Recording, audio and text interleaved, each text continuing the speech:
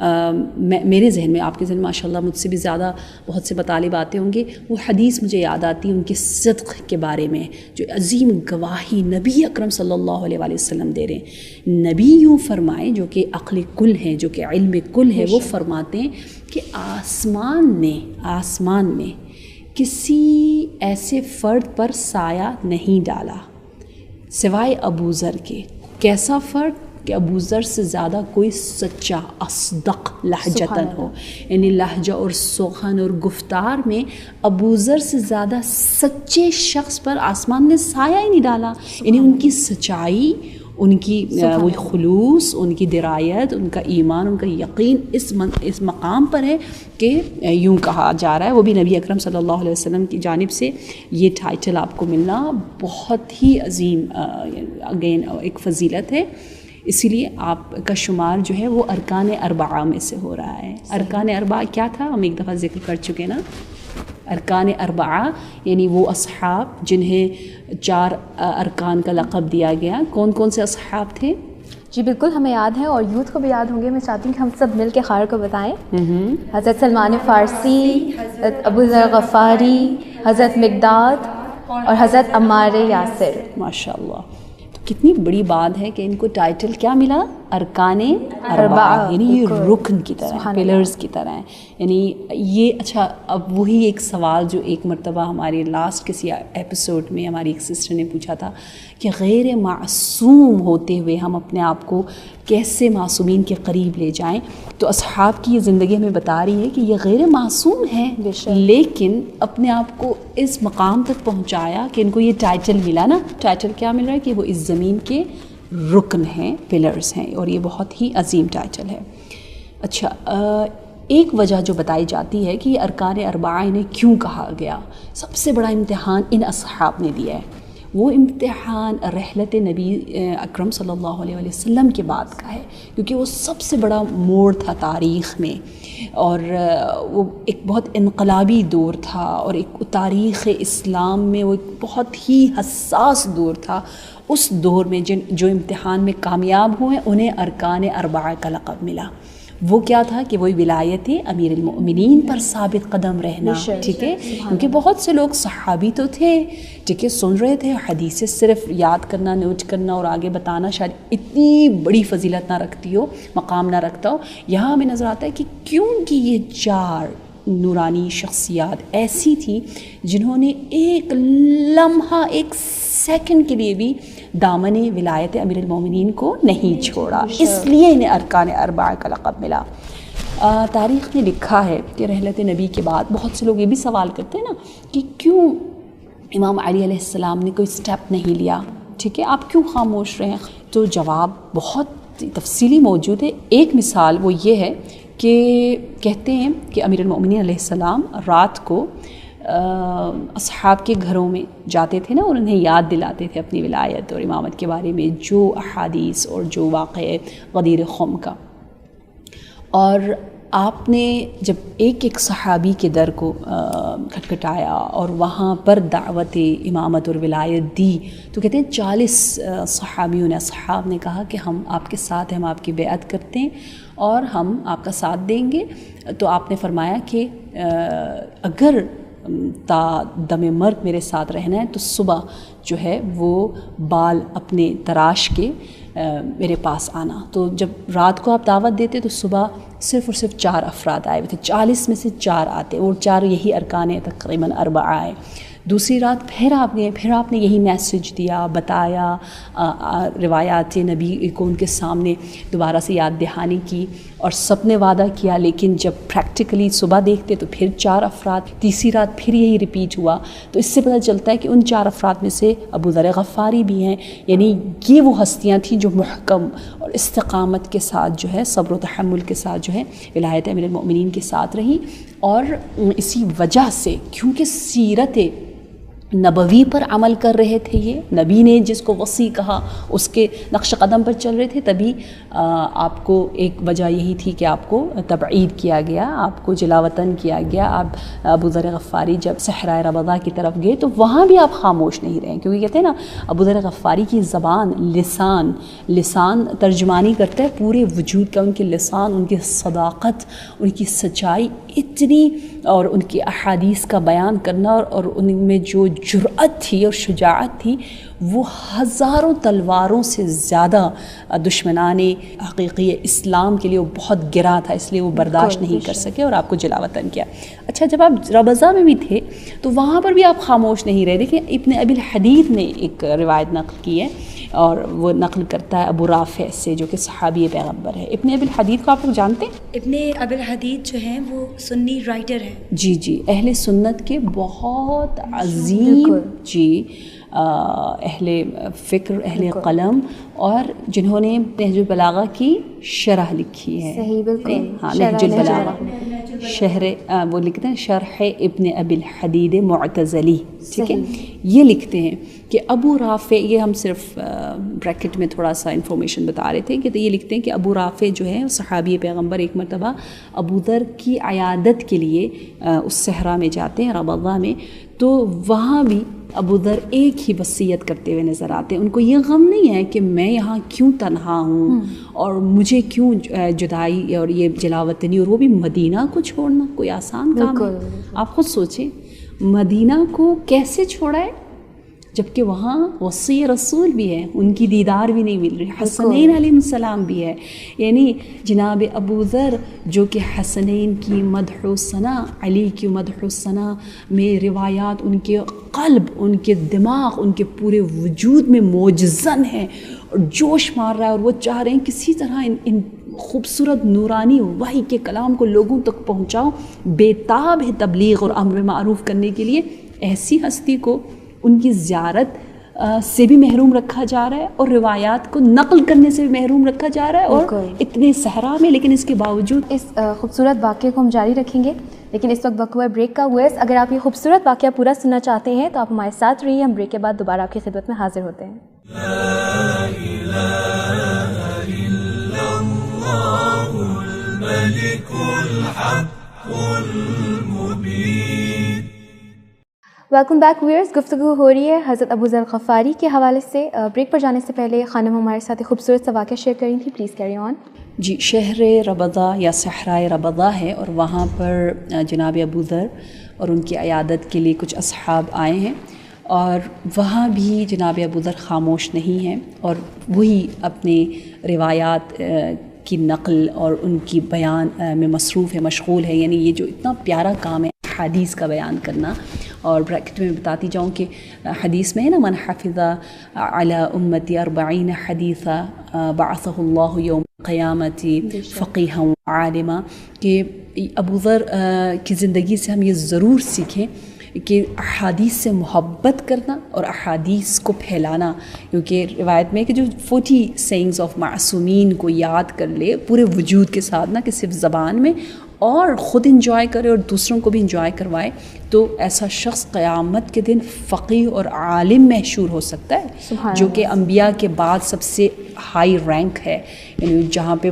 مختلف رینک کے لوگ ہوں گے، اور سب سے ہائیسٹ جو معصومین کا ہے، معصومین کے بعد جو ان کے قریب ترین شخص ہو سکتا ہے وہ فقیہ ہے، عالم ربانی ہے، پھر شہداء ہیں، کیونکہ شہید کا خون سے زیادہ عالم کی قلم، ہاں اس کا وزن زیادہ ہے اور اس کا اثر زیادہ ہے، تو لہٰذا بہت ہی عظیم مقام ہے احادیث کا حفظ کرنا، یاد کرنا وجود کے ساتھ، اور اس کو پھیلانا۔ تو جناب ابو ذر اپنی اس خوبصورت سی ڈیوٹی کو بالکل بھی فراموش نہیں کرتے ہیں، اور یہاں بھی کہتے ہیں جب وہ وداع کرنا چاہتے ہیں، جانا چاہتے ہیں، تو آپ فرماتے ہیں کہ اس بزرگ کو جو تمہارے شہر میں ہیں علی ابن ابی طالب، اس کو فراموش نہ کرو، اس دامن کو تھامے رکھو، کیونکہ میں نے رسول خدا سے سنا ہے. یہ آپ کی عادت ہے، ہمیشہ کہتے تھے میں نے خود رسول خدا سے سنا ہے. آپ راوی تھے نا.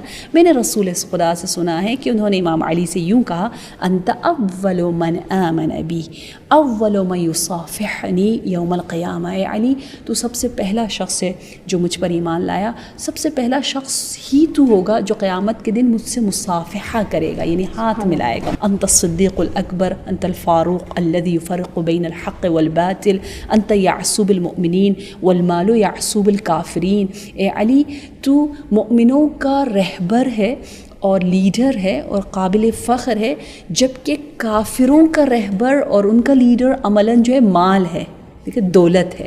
وہ دولت کے پیچھے دوڑتے، مومن تیرے پیچھے دوڑتا ہے. مومن کی صفت یہ ہے کہ وہ علی کے پیچھے جائے. انت اخی و وزیری و خیر من اترکو بعدی، کہ تو میرا اخی ہے، وزیر ہے، اور بہترین وہ چیز ہے جس کو میں نے اپنے بعد چھوڑا. اور یہ ساری وصیتیں جو نبی اکرم کی تھی اس کو بیان کر رہے ہیں. تو اس سے پتہ چلتا ہے کہ یہ خوبصورت جو فضیلت جناب ابو ذر کی ہے، وہ اپنی اس فضیلت کو، اپنی اس عادت کو، سیرت کو جو ہے وہ اس مقام پر بھی فراموش نہیں کرتے. بالکل. آپ نے اپنے جواب میں صدقے حضرت ابو ذر کے حوالے سے ذکر کیا. ہم یوتھ کو شامل کرتے ہیں پروگرام میں. حضرت ابو ذر غفاری کے حوالے سے، صحابی رسول صلی اللہ علیہ وسلم کے حوالے سے اگر آپ کوئی سوال کرنا چاہتے ہیں تو پلیز آپ خانم سے کر سکتے ہیں.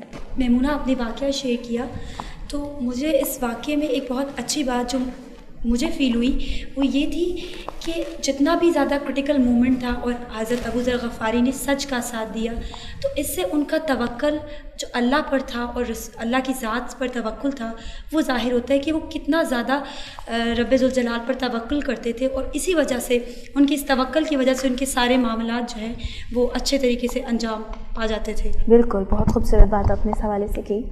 اس کے علاوہ میں چاہوں گی کہ آپ لوگ اپنے سوالات کا سلسلہ شروع کریں، اور جناب ابو ذر غفاری کے حوالے سے اگر آپ لوگ کوئی بھی سوال کرنا چاہتے ہیں تو خانم سے آپ پلیز کر سکتے ہیں. بسم اللہ الرحمن الرحیم.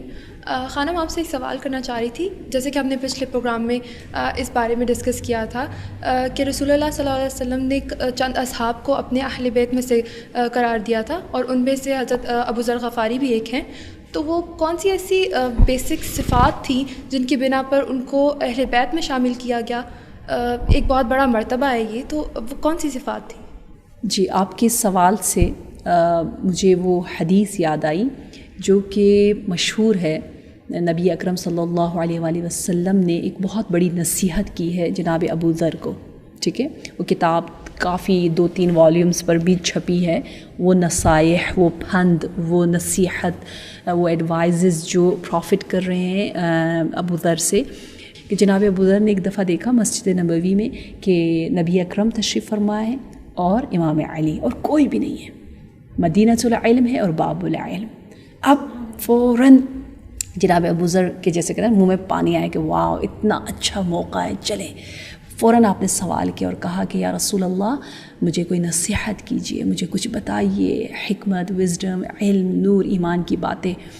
تو آپ دیکھیے، میں اکثر اپنے اسٹوڈنٹ سے کہتی ہوں کہ دیکھیں ایک بندہ آیا تھا، پھر بھی نبی اکرم نے اتنی طولانی، اتنی خوبصورت نصیحتیں بیان کی کہ وہ آج تک اکثر جو ہم احادیث سنتے ہیں نا اسی کے کچھ جملے ہوتے ہیں جو بہت سی حدیثوں میں ہمارے لیے بیان کیا جاتا ہے. اکثر جو یا ابا ذر کہہ کرے، مثلا یا ابا ذر، اپنے وقت کو درہم و دینار سے زیادہ اس کے بارے میں سٹنجی اور کنجوسی سے کام لو، کہ اگر $100 کا نوٹ اگر نکالنا ہو تو آپ ایک سوچ سمجھ کے نکالتے ہو کہ میں کہاں کیسے خرچ کر رہی ہوں.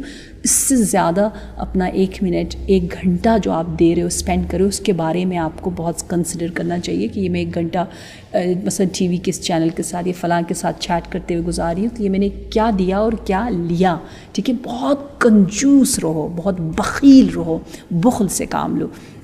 تو نمبر 1 ایک نبی کی سیرت، اور نمبر 2 حضرت ابو ذر کی یہ پیاری صفت کہ دیکھیں جیسے ہی کوئی چانس ملے، کیونکہ ان کے ذہن میں علم پسندی تشنگی پیاس علم کی موجود ہے اور اس چشمے علم کی معرفت حاصل ہے تو کس طرح سے آپ گئے. اور ایک اور حدیث میں آپ کے سامنے بیان کرنا چاہوں گی، وہ ہے جناب ابوذر کے بارے میں. کہتے ہیں ایک مرتبہ آپ کی آنکھوں میں درد تھا اور آپ دوا اس طرح سے نہیں لے رہے تھے، بہت زیادہ کچھ کر نہیں رہے تھے. تو کسی نے پوچھا کہ اے ابوذر تم کچھ کرو، تمہاری آنکھوں میں اتنا شدید درد ہے. تو کہا میں بہت مصروف ہوں، بہت ہی مشغول ہوں، کچھ کاموں نے مجھے اتنا بزی کر رکھا ہے کہ میں سوچ بھی نہیں رہا. جیسے ہم لوگ کبھی بہت زیادہ ایکسٹریملی بزی ہوں تو ہم اپنی ہیلتھ بھی بھول جاتے ہیں. جیسے انفارچونیٹلی ہمارے یہاں ہوتا ہے جی شادی وادی ہے، فیملی میں کوئی بہت بڑا فنکشن ہے تو آپ سارے درد بھول جاتے ہیں. آپ کہتے ہیں پہلے یہ کام ہو جائے پھر میں چلی جاؤں گی چیک اپ کروانے کے لیے. بے شک جتنی بھی تکلیف ہو رہی ہے آپ برداشت ایک حد تک کر لیتے، ایک لمیٹیڈ حد تک. تو جناب ابوذر سے بھی جب پوچھا گیا کہ آپ کیوں نہیں اپنی آنکھوں کا علاج کریں تو آپ نے جواب دیا انی عنہ لمشغول ما ہوا اکبر ہمی. اس سے بھی زیادہ ایک عظیم درد ہے جس کی شفا کے لیے میں بہت مشغول ہوں. اور وہ کیا ہے پوچھا تو کہا وہ موت ہے، وہ مرگ ہے، وہ آخرت کا سفر ہے. کہ اس آخرت کے سفر نے مجھے اتنا بزی کر رکھا ہے اور میں اس میں اتنا سٹرگل کر رہا ہوں کہ مجھے یہ درد کچھ بھی نہیں لگ رہا اور میں بھول گیا ہوں. کروں گا انشاءاللہ لیکن میں ابھی اتنا اس میں وہ ہوں. دیکھیں کتنا اہم ہے یہ صفت، بہت ہی بڑی صفت ہے نمبر 1. اسی وجہ سے کیونکہ آخرت آپ کی نظر میں اتنی عظیم تھی، دنیا اتنی ہی ذلیل تھی. امام علی علیہ السلام نے نہج البلاغہ میں کہا ہوا ہے کان لی فیما مضی اخ فی اللہ. یہ جملہ مجھے اتنا پسند ہے. امام علی علیہ السلام فرماتے ہیں کہ ایک زمانہ تھا جب میرے پاس ایک بھائی تھا، وہ بھی الہی بھائی. یعنی کون؟ ابوذر. امام علی انہیں اخن فی اللہ کا لقب دے رہے ہیں کہ میرا ایک بھائی تھا جو للہ ہی مجھے چاہتا تھا. یعنی یہ ہماری محبت، یہ ہمارا رشتہ الہی تھا اور میری نظر میں وہ میرا اخ ہے، وہ میرا بھائی ہے، بہت عظیم ہے. کیوں؟ وجہ کیا ہے؟ وہ میری نگاہوں میں بہت عظیم تھا کیونکہ دنیا اس کی نگاہ میں بہت ذلیل تھی. تو جتنا دنیا کو جو حقیر سمجھے وہ اہل بیت کی نظر میں اتنا ہی عظیم ہوتا چلا جاتا ہے کیونکہ یہ انسان اپنے مقصد حیات کو سمجھتا تھا. اس کو معلوم تھا من عین فی عین الی عین، کہاں ہوں، کہاں سے آیا اور کہاں جا رہا ہوں اور کن کے ساتھ جی رہا ہوں، جینے کا مقصد اور ہدف کیا ہے. اور اپنے وہی جو ہم نے بتایا کہ اپنے اس ہدف میں اتنا فوکس اور صداقت اور شجاعت کے ساتھ کہ جس کی وجہ سے یقیناً وہی منا اہل البیت کا یہ عظیم ٹائٹل حاصل کر سکتے ہیں. حضرت ابوذر غفاری کی فضیلت کے حوالے سے ایک اور خوبصورت واقعہ تاریخ اسلام میں ہمیں نظر آتا ہے کہ ایک دفعہ جناب جبرائیل امین رسول خدا صلی اللہ علیہ وآلہ وسلم کے ساتھ مسجد نبوی میں تشریف فرما تھے. یہاں تک کہ انہوں نے دیکھا کہ حضرت ابوذر غفاری جو ہیں وہ مسجد نبوی میں داخل ہوئے. تو حضرت جبرائیل امین نے رسول خدا صلی اللہ علیہ وآلہ وسلم کو مخاطب کر کے کہا کہ کیا یہ ابوذر غفاری ہیں؟ تو رسول خدا صلی اللہ علیہ وآلہ وسلم نے بڑی تعجب کے انداز میں حضرت جبرائیل امین سے دریافت کیا کہ آپ کیسے جانتے ہیں کہ یہ ابوذر غفاری ہیں؟ تو حضرت جبرائیل امین نے بڑا خوبصورت جواب دیا اور وہ اس طرح سے دیا کہ جس طرح یہ عرب میں مشہور ہیں اس سے کئی زیادہ ان کی شہرت آسمانوں پر ہے، اور وہ اس لیے کہ یہ اپنے آپ کو بہت حقیر جانتے ہیں. اور ہم قرآن مجید میں بھی دیکھتے ہیں کہ عباد الرحمن کی فضیلتوں میں سے یا ان کی صفات میں سے سب سے بڑی فضیلت یہ ہے کہ وہ اپنے آپ کو حقیر سمجھتے ہیں اور وہ زمین خدا پر بڑے آرام سے چلتے ہیں اور غرور و تکبر ان میں بالکل نہیں ہوتا. تو حضرت ابوذر غفاری کی فضیلت کے حوالے سے یہ بڑا خوبصورت واقعہ اور ہمارے لیے بھی عمل کا پہلو رکھتا ہے کہ اگر ہم چاہتے ہیں کہ ہم رسول خدا صلی اللہ علیہ وآلہ وسلم کی نظروں میں مقرب ہو جائیں، یہاں تک کہ اللہ تعالیٰ کی نظروں میں مقرب ہو جائیں، تو ہمیں سب سے پہلے اپنی ہستی کو مٹانا ہوگا. اور اس کے حوالے سے اقبال کا ایک بہت خوبصورت شعر بھی ہے کہ مٹا دے اپنی ہستی کو گر کوئی مرتبہ چاہیے کہ دانہ خاک میں ہو کر گل و گلزار ہوتا ہے. سو اس حوالے سے میں چاہتی ہوں آپ بھی کچھ میں مزید بنائیں. اچھا، ایک اور بہت عظیم کوالٹی جناب ابوذر کی ہمارے سامنے آئی، وہ ہے تواضع. اور یہ کہ دنیا میں مجہول ہونا لیکن اہل آسمان کے نزدیک معروف ہونا. اور یہ روایت ہے، یہ منتظروں کی بھی صفت ہے کہ فی الارض مجہولہ وفی السماء معروفہ. نا زمین والے کے سامنے اتنا شوشا ایسا نہیں. جیسے بہت سے ہمارے گزشتہ جو شخصیات تھی وہ ایسی ہوتی تھی، بہت سی چیریٹی، بہت اچھے کام کرتے تھے، ان کی موت کے بعد پتہ چلتا تھا کہ او یہ شخص اتنا بابرکت تھا اور یہ سب کچھ کر رہا تھا. جب لوگ دیکھتے کہ اب وہ کام نہیں ہو رہا جو اس بابرکت ہاتھوں سے ہو رہا تھا، تو یعنی بھائی کو بھائی کی خبر نہیں ہوتی تھی. اللہ کرے اب بھی ایسا ہو کہ ہم بہت سے اچھے کام کریں اور کوشش کریں جتنا ہو سکے اس کو مجہول رکھیں تاکہ اس میں خلوص رہے. اسپیشلی ہماری سوشل ایکٹیویٹیز جو ہیں وہ آج کل تھوڑا شاید کم رنگ ہوتا ہوا نظر آ رہا ہے. لوگ بتاتے ہیں کہ ہاں میں اتنے بچوں کو جو ہے وہ اس انداز سے سپورٹ کر رہی ہوں یا اس کو یہ کر رہی ہوں یا یہاں میں یہ دے رہی ہوں یہاں میں وہ کر رہی ہوں. ہم لوگ کبھی کبھی بیان کرتے ہیں اور بیان کرنے کو اتنا عیب نہیں سمجھتے. تو ایک بہت اچھی صفت ہے. اسی لیے جیسے آپ نے بھی بتایا کیونکہ وہ متواضع تھے, زمین میں مجہول تھے, دنیا ذلیل تھی ان کے نزدیک, خود تواضع کے ساتھ جیتے تھے, اسی لیے امام علی علیہ السلام کی نظر میں وہ بہت عظیم تھے. اور جب آپ کو جلا وطن کیا گیا اس وقت بھی امام علی علیہ السلام نے جس انداز سے وداع اور جو احترام دیا وہ بہت ہی قابل غور و فکر ہے, کیونکہ حکم آیا تھا کہ کوئی نہ جائے ابو ذر کو چھوڑنے کے لیے, اور بہت سخت پابندی تھی, اور کوئی ان سے بات نہ کرے, اور کوئی بالکل ہی غربت کے عالم میں وہ نکلیں, اور کوئی ریئیکشن اس جلاوطنی کا اٹھایا نہ جائے. لیکن امام علی علیہ السلام نہ صرف خود, حسنین علیہ السلام اور دوسرے اصحاب کے ساتھ باقاعدگی سے بہت احترام اور جلالت کے ساتھ جو ہے آپ کو جلاوطنی کی طرف وداع کیا. اور پھر کہتے ہیں امام علی علیہ السلام بہت رو رہے تھے, تاریخ میں لکھا ہے اتنا روئے کہ آپ کا ریش مبارک, محاسن مبارک جو ہے وہ تر ہو گیا, یعنی آپ کا ریش مبارک جو ہے وہ مرطوب ہو گیا آپ کے اشک کی وجہ سے. اور پھر آپ نے فرمایا احاکذا یصنع بصاحب رسول اللہ انا للہ و انا الیہ راجعون, کہ ایک عظیم صحابی رسول اللہ کے ساتھ یوں معاملہ کیا جاتا ہے, یوں ٹریٹ کیا جاتا ہے. اور پھر بہت کچھ آپ نے بولا, اور پھر کہا آپ نے یہ بات جو سید رضی نے نہج البلاغہ میں بھی نقل کی ہے کہ امیر المومنین علیہ السلام نے فرمایا یا ابا ذر انک غضبت للہ فرجو من غضبت لہ, کہ اے ابا ذر تو نے جو یہ قدم اٹھایا غضب کا اور ان کے ساتھ ناراضگی کا اظہار کیا وہ اللہ کی خاطر تھا, تو امید بھی اسی سے رکھ جس کی خاطر تو ناراض ہوا.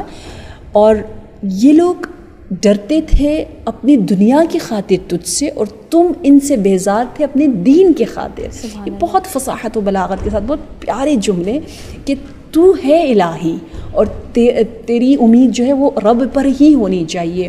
اور پھر ایک اور جگہ لکھا ہے کہ امام حسین علیہ السلام نے بہت پیارے کلمات کہے, اور ایک آیت جو پڑھی وہ یہ تھی کل یوم ہوا فی شان.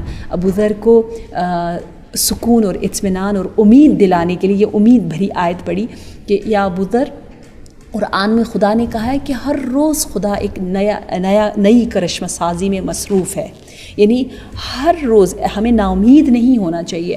آج اگر یہ وقت آپ پر آیا ہے تو کل کیا ہونے والا ہے ہمیں نہیں معلوم. کل یوم ہوا فی شان, یہ ہم سب کے لیے آج کے لیے بھی ہمارے لیے درس ہے کہ ہم یہ نہ سوچیں او میرے ساتھ یہ ہو گیا اور ختم اور اچھا ایسا نہیں. کل یعنی تا ابد, کل سے مراد یہ دنیاوی کل نہیں ہے, کل یعنی آخرت ابدی ہم ہیں, ہم سرمدی ہیں, ہم دائمی موجودات ہیں. تو کل یومن ہوا فی شان. اے ابو ذر اس آیت کو لے کر سکون کے ساتھ تو اس جگہ سے جا. اور پھر جیسے یہ حدیث بھی مشہور ہے رسول اکرم صلی اللہ علیہ وآلہ وسلم کی طرف سے کہ آپ نے فرمایا کہ اے ابو ذر یعیش وحدہ, کہ تو تنہائی میں زندگی کرے گا, یموت وحدہ, تو تنہائی میں مرے گا, یبعث وحدہ, کہ تو تنہائی کے عالم میں ہی مبعوث ہوگا, تیرا حشر نشر بھی, ویدخل الجنہ وحدہ, تو تنہائی اور اکیلا جو ہے وہ جنت میں بھی داخل ہوگا. یعنی یہ فضیلت میں تنہائی سے مراد یعنی بہت آؤٹ اسٹینڈنگ, الگ تھلگ, یونیک, ڈفرینٹ تمہارا حشر نشر, دخول فی الجنہ, کیونکہ دنیا میں تم سب سے الگ تھے, یعنی تمہارا کردار ایسا تھا کہ جس کی وجہ سے جلاوطنی اٹھانی پڑی, اور تنہائی میں غربت میں عالم موت آئی. تو اس تنہائی کا جبران اور اس کو کور جو ہے رب ذوالجلال آخرت میں اور یوم بعث, یوم حشر جو ہے وہ اس انداز سے کرے گا. اور آخری پوائنٹ میں بتا دوں کہ جب آپ کا وقت آخر آیا تو کہتے ہیں نا ان کی زوجہ وہ بہت پریشان ہوئی اور رونے لگی اور کہنے لگی کہ دیکھیں میرے پاس تو کچھ ہے ہی نہیں, میں کیسے آپ کو کفن دوں گی, کیونکہ لباس بھی مناسب نہیں تھا جناب ابو ذر کے پاس, ایسا نہیں تھا کہ جس سے کفن دیا جائے, ایسا جامہ بھی نہیں تھا, لباس بھی نہیں تھا.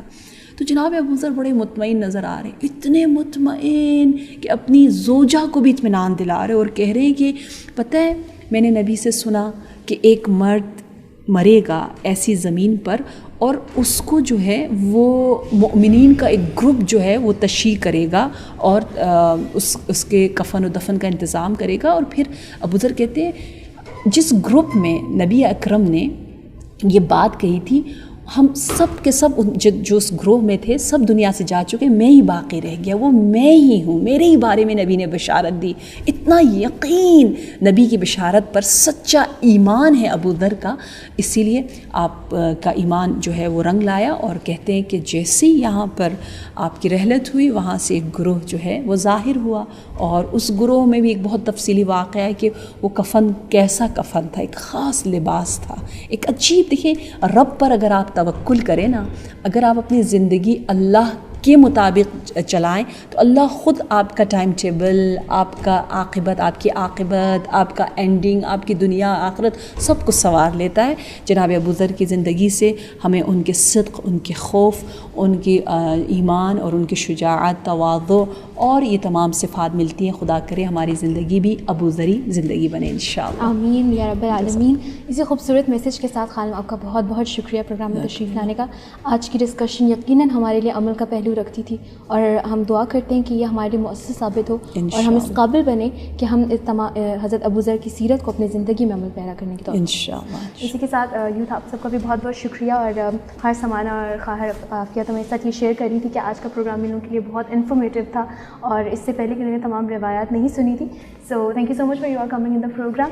جی ویس اسی کے ساتھ ہمارے پروگرام کا وقت ختم ہو جاتا ہے. آج کے پروگرام میں سب سے اہم سبق جو ہمیں حضرت ابو ذر غفاری کی حیات طیبہ سے ملتا ہے وہ سچائی, تواضع اور رسول خدا صلی اللہ علیہ وآلہ وسلم پر یقین برحق ہے.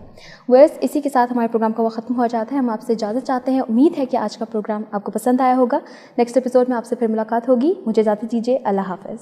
لا إله إلا الله الملك الحق المبين.